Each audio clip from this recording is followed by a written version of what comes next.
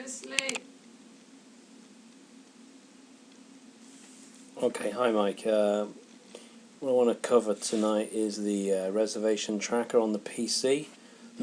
From this we're going to get some ideas as to how the web-based solution needs to work and get an overview of the kind of fields that we need to use. So in the middle of the screen here, this is the mouse, we have what we call reservation tracker, and I'll just walk you through the sequence of the fields. The first thing that happens is the reservation date is automatically stamped in there. That's the today's date.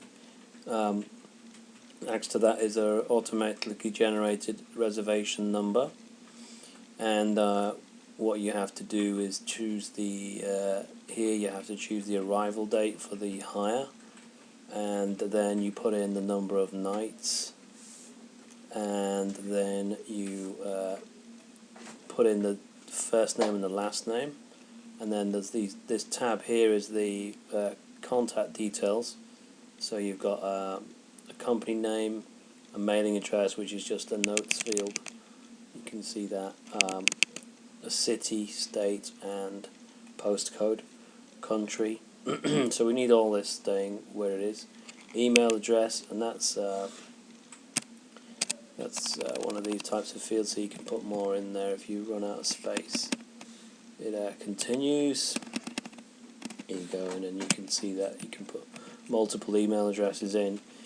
Same in the phone field, you can put in multiple phone numbers there. You've got the home and the mobile.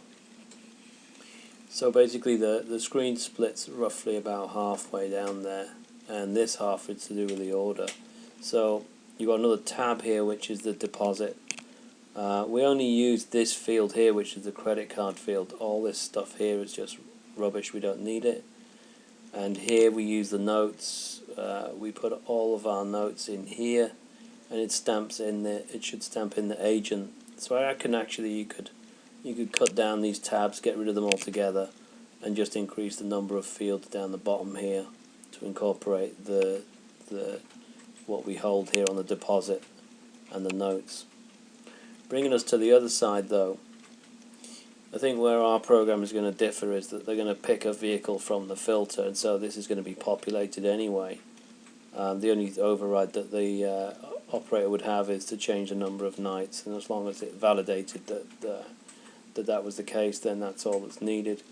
I think the concept also is we're only going to have one vehicle on one booking, so if they want more than one vehicle, they'll have to create a fresh new booking. I want to keep it real simple. Now what we have is, of course, the status will be ignored because it'll all be set to tentative. So again, strip that out. Persons, strip that out. We could do with some more notes on this, but let's just get back to what we hold here. This add other charge, it then pulls up a mini table of charges, and you can see there, I can get you a list of these. There are all kinds of extra charges that people could potentially have, and they could have multiple ones. So they could have, let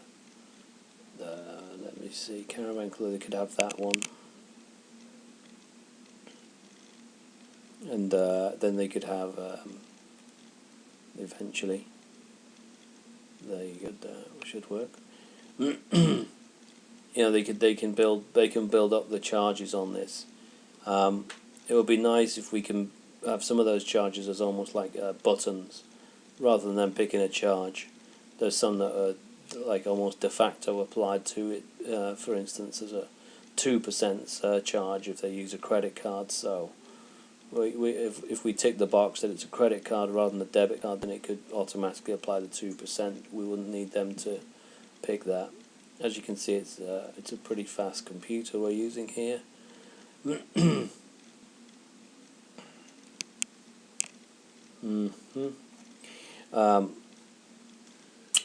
And also, obviously, at the end of the process, I'd like to nail this down now, and then we would do all of the.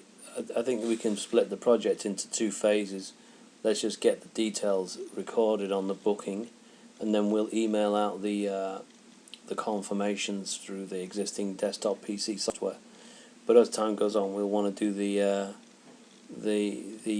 extra workload through through the web-based system, so it'll do the confirmation, all the receipts. Oh great, that's really, really useful. Okay, we'll pause here and I'll come back to you. Okay, we're back, sorry about that.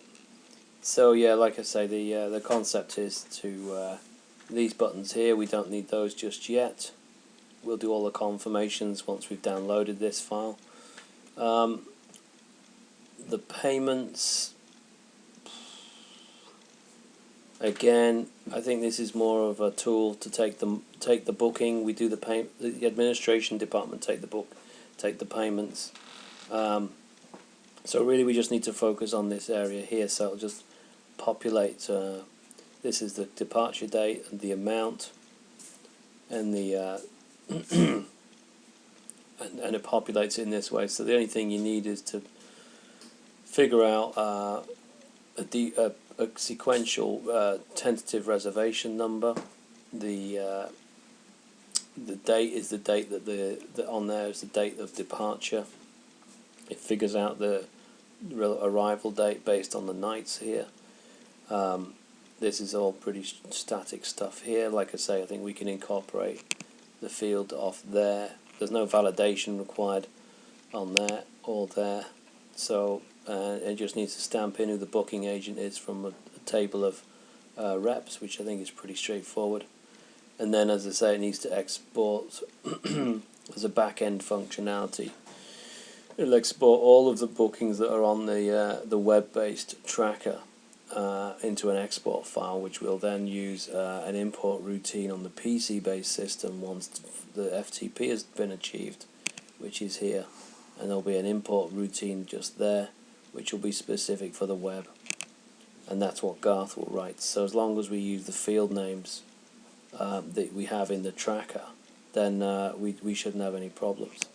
So like you can see on that one, there's 3 sets of bedding, an admin fee, and an overseas security bond, and these are all built by the salesperson at the time, and that then gives you a total price. I think there's room for sophistication later on. For instance, it would be cool if it could pick for each of these vehicles. We need to calculate how much the owner is entitled to.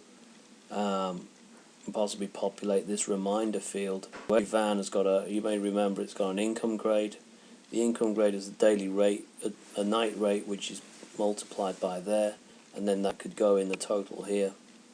That would be a really nice thing to work out, because at the moment we have to try and figure out what that amount is, and that's not an easy thing to do on the transaction. So if the system could work out what his rate should be for this hire and just put it in a field, that would be cool. Other than that, I don't think there's anything else. The sequence of the sequence is pretty straightforward. Yeah, it's the last name first, first name second, and then the company, then the address, blah blah blah. So yeah, there's nothing really too complex there for you, Mike. Have a look at this video and come back to me with your thoughts, but I really don't think there's anything there. If it would be a nice little pop-up window about this big on the web, that would be ideal. You know, maybe a little bit bigger just to incorporate those extra fields. But all this, I reckon, is going to be spare for now. We can leave it blank and build that in later on in a phase 2 approach. I really just want to get down the population of populate these fields as easy as possible. Okay, I hope this has been a useful recording for you to watch. Thank you.